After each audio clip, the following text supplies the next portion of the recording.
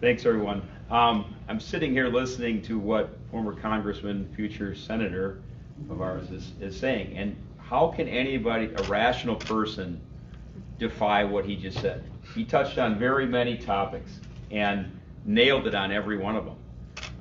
This is about right versus wrong, period. The one thing from Minneapolis, our officers regret, and what bothers them most is they weren't allowed to stop those riots that were going on. They would have been able to do it had the politicians above them not restricted them from doing it. Let's be clear about that. The Minneapolis cops, with the assistance of the National Guard that could have and would have deployed much earlier, could have kept those enormous damages to a minimum. There's 1,500 businesses gone, over a $500 million, and that didn't have to be. That could have been shut down if we had what Jason was talking about, law and order and support from the top. That's a key component. Something that I thought about when I was listening to him talk here also is there's a duty to comply.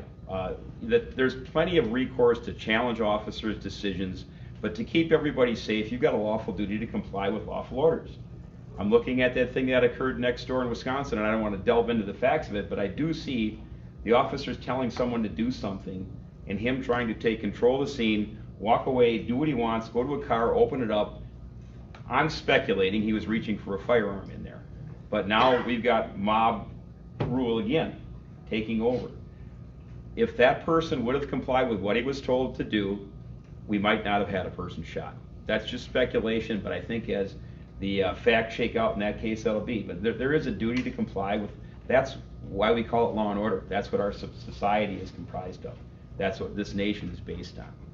So, you know, the Hugo thing really hits home because the main agitator there was from the east side of St. Paul, where I was from. And I'm thinking, how can this guy get elected in the area that I spent the first 25 years of my life?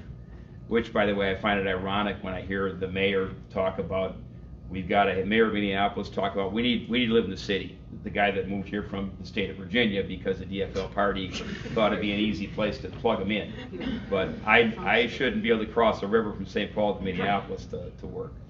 And go right down the list. Our governor, who's from Nebraska, you know, Ilhan Omar, who's from Somalia, Keith Ellison, who's from Detroit, they're all going to tell us where we need to live. Think about that for a minute. They can run the cities in the state, but they're going to tell you where to live.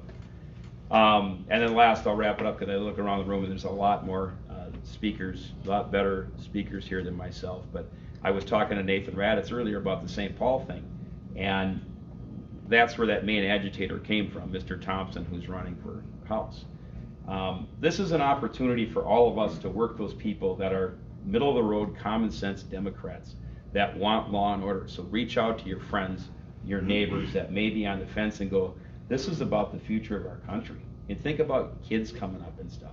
So everybody, we got a couple months to get hard work here and make it happen. So thanks for having us. Thanks for listening.